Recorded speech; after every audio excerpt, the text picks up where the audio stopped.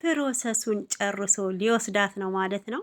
እንግዲህ እዚህ ጉዳይ ላይ ኖቤል በጣም ሲደክምና ሲለፋ የነበረበት ተሳክቶለታል። አላማው ግብ መጥቶለታል ማለት ነው። ሩታ ግን በጣም ነው የደነገጠችው ማለት ነው። በጣም ደንግጣለች። አበባውን እንኳን ለመቀበል ዝግጁ አልነበረችም። ይሄ በቃ ድብዳ ታውቃላችሁ፣ ድብዳ የሆነ ሰፕራይዝ ነው ፈረንጁና ኖቤል ያረጓት ሩታዬን። እንዴት እንደመጣ ብዙ ሳይግባቡ በጣም ነው የሚገርመው። ኖቤል የምትባለው ግን እውነቴን ነው ባለጌ ነክ ማለት ነው። እና ቢያንስ ሩታን ሰፕራይዝ አደርጋታለሁ የእህቴን ደስታ አያለው ብለክ ነበር። ሩታ ከመደሰት ይልቅ ግራ ነበር የተጋባችው ማለት ነው። በሚሏት በቃ በጣም ሊያሳምኗት እየሞከሩ በግድ እንድታምን ስታወራው እንደነበረ ከዚህ ቀደም ብዙ ጊዜ አብርታችኋል እንዴ? ኧረ ተው ተረጋጋ። ኖቤል የምትባለው ልጅቷ አልፈለገች በራሷ መንገድ ትሄድ። እውነቴን እኮ ነው። የእሷን ህይወት የሩታን ህይወት እኮ አንተ አትኖርላትም፣ እሷ ነች የምትኖረው ማለት ነው። በዚህ ጥድፍ አድርገህ ማለት ነው። እና ይሄ ሁሉ በቃ ከአብርሽ ለመለያየትም ይሁን ችግር የለውም ግን አብርሽ ደግሞ የልጇ አባት ነው ምንም ቢሆን ማለት ነው። ይሄ ልጅ ያድጋል። እንግዲህ አንተም ዘመን ነኝ ብለካል፣ እህቴ ነው የታልክ። እንግዲህ ልጁ የአብርሽ ልጅ ደግሞ አላንተ አጎት ነው የምትሆነው ማለት ነው። ለአብርሽ ልጅ አጎት ነው የምትሆነው። እንደዛ ነው እንግዲህ ትክክለኛ ወንድም ትሆንክ ማለት ነው። ሆኖም በጣም በቃ ፈረንጁ እንደውም ፈረንጁ ይስቃል ማለት ነው። እና የሰራችሁት ድራማ በእውነት ተነቅቶባችኋል። ሩታ በጣም ደንግጣለች። እንደው በጣም ተግባብተው ያወሩ ሰዎች ቢሆን ኖሮ አቀባበሉ ለየት ይላል። ሩታም ታቅፈው ነበረ። አይታችኋል። በጣም ተነቅቶባችኋል ማለት ነው። እና ሩታን ለመገፋፋት ነው እየሞከረ ያለው ኖቤል። ምልክ እንደሚያመክ እንጃ። ይሄንን ልጅ ሩታ ታልተቀበለች ምን አለች በሉኝ፣ ኖቤል እና ሩታ ይጣላሉ። በቃ ኖቤል ባለጌ ስለሆነ እውነቴን ነው ኖቤል ያዋርዳታል። ሩታን ብዬ ነው የማስበው። ባለጌ ስለሆነ ከዚህ ነገር ወደኋላ እንደማይል ጠብቁ ማለት ነው። ይሄንን ልጁን ታልተቀበለችለት ማለት ነው። እና ከባድ ነው እንግዲህ እያስገደዳት ነበረ። በእሷ ህይወት እናንተ አትኖሩም፣ ተረጋጉ እንጂ። ሩታ መወሰን ያለባትን ትወስን። ከአብርሽንም ጭራሽ ፎቶ ተግርግዳ ላይ ለምን ኖረ? መውረድ አለበት። በቃ ቤቱን ለቀሽለት እንድትሄጂ እፈልጋለሁኝ። ከነ ልጅሽ ልወስድሽ ነው የመጣሁት። ይሄ ልጁ ራሱ ገና ጩጬ ነው። አይታችሁታል።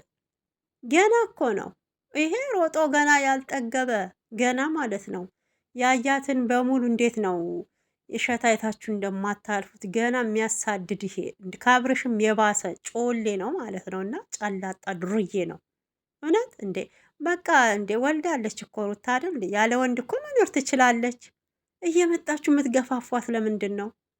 ያለ እሷ ፍላጎት በቃ በግድ አግቢ። ከሌላ እንደነ ከሌ ስም አንጠራም።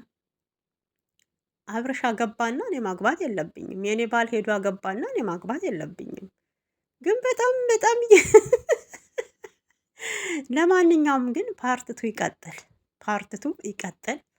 አብርሽ ደርሶባቸዋል ደስታንና ሩታ ላይ ማለት ነው። ምን የሚፈጠር ይመስላችኋል? ምን የሚፈጠር ይመስላችኋል?